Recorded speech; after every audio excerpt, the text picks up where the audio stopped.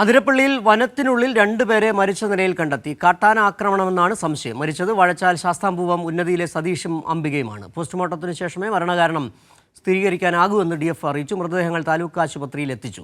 അതേസമയം നാളെ അതിരപ്പള്ളിയിൽ ജനകീയ ഹർത്താലിനും ആഹ്വാനം ചെയ്തിട്ടുണ്ട്. വിവരങ്ങളുമായി ശരത് ഓങ്ങല്ലൂർ ചേരുകയാണ്. ശരത്ത്, ഇപ്പോൾ പോസ്റ്റ്മോർട്ടം നടപടികൾ പൂർത്തിയായോ? അതിനുശേഷം മാത്രമേ മരണകാരണം എന്താണെന്ന് വ്യക്തമാക്കാനാവുകയുള്ളൂ അല്ലേ? സിജു, തൃശൂർ അതിരപ്പള്ളിയിലെ രണ്ടുപേരെ മരിച്ച നിലയിൽ കണ്ടെത്തിയത് വാഴച്ചാൽ ശാസ്താംപുറം ഉന്നതിയിലെ സതീഷ്, അംബിക എന്നിവരെയാണ് മരിച്ച നിലയിൽ ഇന്ന് കണ്ടെത്തിയത്. ഇവരിന്നലെ കാട്ടാനയെ കണ്ട് ഭയന്ന് ഓടിയിരുന്നു എന്ന് കൂടിയുള്ള ആൾ പറയുന്നുണ്ട്. ഇതുമായി ബന്ധപ്പെട്ടുകൊണ്ട് ഇവരുടെ മൃതദേഹം ഇപ്പോൾ നിലവിൽ ചാലക്കുടി താലൂക്ക് ആശുപത്രിയിൽ എത്തിച്ചിട്ടുണ്ട്. പോസ്റ്റ്മോർട്ടം നടപടികൾ ആരംഭിച്ചിട്ടുണ്ട്. ഇതുമായി ബന്ധപ്പെട്ടുകൊണ്ട് നാളെ അതിരപ്പള്ളി പഞ്ചായത്തില് ഹർത്താൽ പ്രഖ്യാപിച്ചിട്ടുണ്ട്.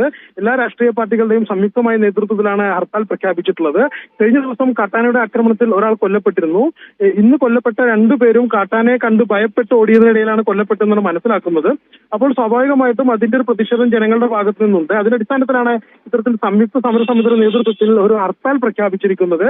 എന്നാൽ ഇതുമായി ബന്ധപ്പെട്ടുകൊണ്ട് കാട്ടാനയുടെ ആക്രമണത്തിലാണോ കൊലപാതകം, കാട്ടാനയുടെ ആക്രമണമാണോ മരണകാരണം എന്നത് പോസ്റ്റ്മോർട്ടം നടപടികൾക്ക് ശേഷം മാത്രമേ പറയാൻ കഴിയുള്ളൂ എന്നാണ് വാഴച്ചാൽ DFO പറയുന്നത്.